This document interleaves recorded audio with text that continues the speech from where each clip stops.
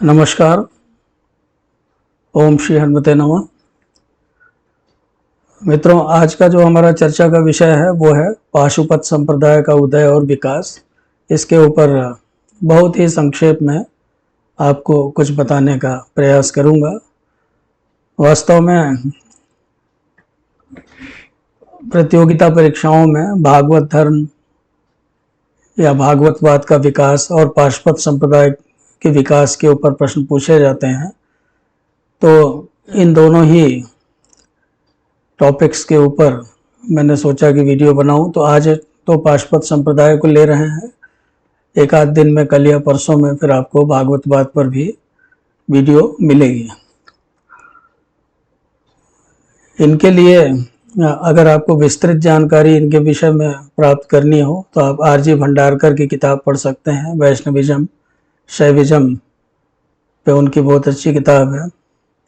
और इसी तरह से एच विल्सन की किताब है, Vaishnavism Shaivism and other minor religious sects करके है, सुवीरा जायसवाल ने लिखी है। तो ये सब किताबें आप देख सकते हैं और इनमें आपको उसकी विस्तृत जानकारी मिलेगी। तो आइए चर्चा प्रारंभ करें। लेकिन मित्रों, चैनल को सब्सक्राइब कर लीजिए। बहुत सारे आप लोग जो है वो उसमें चैनल सब्सक्राइब नहीं करते हैं, तो ये अच्छी बात नहीं है। आप चैनल को सब्सक्राइब अवश्य करें और अपने मित्रों को भी सब्सक्राइब करने के लिए प्रेरित करें, उनके साथ भी शेयर करें। तो ये मैंने कुछ नोट्स इनके ऊपर बनाए थे, उन्हीं के माध्यम से आपको बताने का प्रयास करूंगा। शैव मत का सबसे पुराना संप्रदाय पाशुपत संप्रदाय है। पतंजलि ने शिव भागवत का उल्लेख किया है, जो कि अपने हाथ में अपने उपास्य के आयुध शूल को लिए रहते थे, यानी कि शूल या त्रिशूल आप कह लीजिए। तो महाभारत के नारायणीय पर्व में उल्लेखित धार्मिक मतों में पशुपत या पाशुपत भी एक है। उस प्रसंग में कहा गया है कि शिव श्रीकंठ ने, जो उमा के पति, भूतों के स्वामी और ब्रह्मदेव के पुत्र हैं, इस मत के सिद्धांतों का प्रकाशन किया था। इस कथन का एक अर्थ यह निकलता है कि इस मत का संस्थापक एक मानव था जिसको कालांतर में शिव का अवतार मान लिया गया। यह भी संभव है कि यह एक सामान्य कथन हो, जैसा कि बृहदारण्यक उपनिषद में कहा गया है कि ऋक, यजुष आदि वेद पुरुष के निश्वसित हैं। तो इस प्रकार उपर्युक्त कथन का इससे अधिक कोई ऐतिहासिक महत्व तो नहीं है कि पाशुपत मत धीरे धीरे अस्तित्व में आया और इससे किसी व्यक्ति विशेष का संबंध नहीं रहा। इन दोनों अनुमानों में कौन सा ठीक है यह कहना कठिन है। पुराणों एवं अभिलेखों में प्रथम अनुमान के लिए साक्ष्य प्राप्त होते हैं। वायु पुराण एवं लिंग पुराण के अनुसार माहेश्वर ने ब्रह्मदेव से कहा था कि युगों के 28वें प्रत्यावर्तन में कृष्ण द्वैपायन के समय जब वासुदेव जन्म लेंगे, तब मैं श्मशान में पड़े हुए एक मृत शरीर में प्रविष्ट होकर लकुलिन नामक ब्रह्मचारी के रूप में अवतार लूंगा और यह घटना कायावतार या कायारोहण में घटेगी। मेरे 4 शिष्य होंगे, कुशिक, गर्ग, मित्र और कौरुष्य। अंत में ये पाशुपत अपने शरीर में भस्म रमाकर माहेश्वर योग करते हुए रुद्रलोक को जाएंगे। राजपुताना के एक अभिलेख में शिव का भृगुकक्ष देश में एक लकुटधारी पुरुष के रूप में जन्म लेने का उल्लेख है।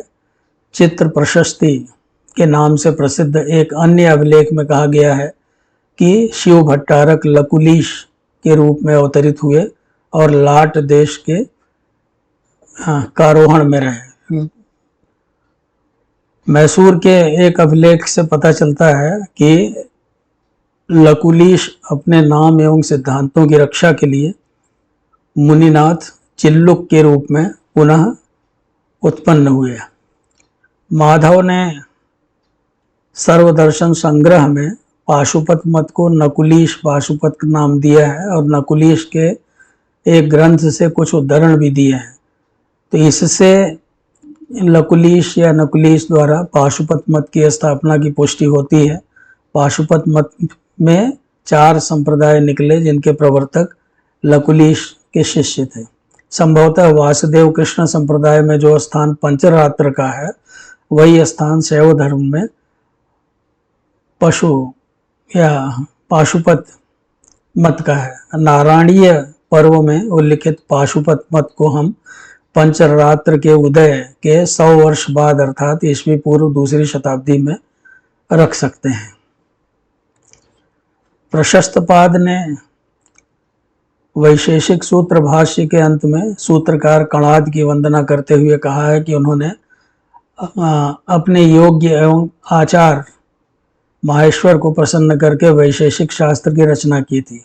वात्स्यायन के न्याय भाष्य की उद्योत टीका के लेखक भारद्वाज ने अपनी टीका के अंत में स्वयं को पाशुपताचार्य कहा है। कुषाण जाति का शक्तिशाली राजा भीम कदफिस स्वयं को माहेश्वर्य का भक्त या मतानुयायी कहता है। माहेश्वर का मतानुयायी 6ठी शताब्दी के उत्तरार्ध में बाराह मिहिर ने यह नियम निर्धारित किया था कि शंभु की प्रतिमा के प्रतिष्ठान संस्कार के लिए नियोजित आचार्य शरीर में भस्म लेप करने वाले ब्राह्मण होने चाहिए। संभवतः यहाँ पर उनका अभिप्राय शैव मतानुयायियों से है। जैन लेखक हरिभद्र ने अपने षड दर्शन समुच्चय में गौतम एवं कणाद के दर्शनों को शैव धर्म का प्रचारक कहा है। चीनी यात्री वेनसांग ने अपने ग्रंथ में 12 बार पाशुपतों का उल्लेख किया है। बनारस आदि में उसने पाशुपतों के होने का उल्लेख किया है। बाणभट्ट ने भी कादंबरी में पाशुपतों का उल्लेख किया है। भवभूति ने भी मालती माधव में मालती को अपनी माता के साथ शिव मंदिर जाते हुए दिखाया है। तो कालिदास, सुबंध, बाण, श्रीहर्ष, भट्ट नारायण, भवभूति एवं अन्य अनेक संस्कृत कवियों ने अपनी कृतियों के प्रारंभ में शिव की वंदना की है। इस प्रकार स्पष्ट होता है कि इस संप्रदाय ने धीरे धीरे काफी विस्तार एवं प्रतिष्ठा प्राप्त कर ली थी। तो मित्रों, प्राचीन काल में किस तरह से पाशुपत मत का विकास हुआ और कहाँ कहाँ इसके उल्लेख मिलते हैं, इसकी एक बहुत ही संक्षिप्त जानकारी आपको देने का मैंने प्रयास किया। तो अगर वीडियो पसंद आई हो तो चैनल को अवश्य सब्सक्राइब करें, वीडियो को लाइक करें और साथ ही साथ अपने मित्रों के साथ शेयर करें, अपने कमेंट्स वगैरह भी दें और जिस नए विषय पर भी आपको वीडियो चाहिए उसके बारे में भी कमेंट बॉक्स में अवश्य लिखें। मैं प्रयास करूंगा बनाने का। बहुत बहुत धन्यवाद। शुभ रात्रि।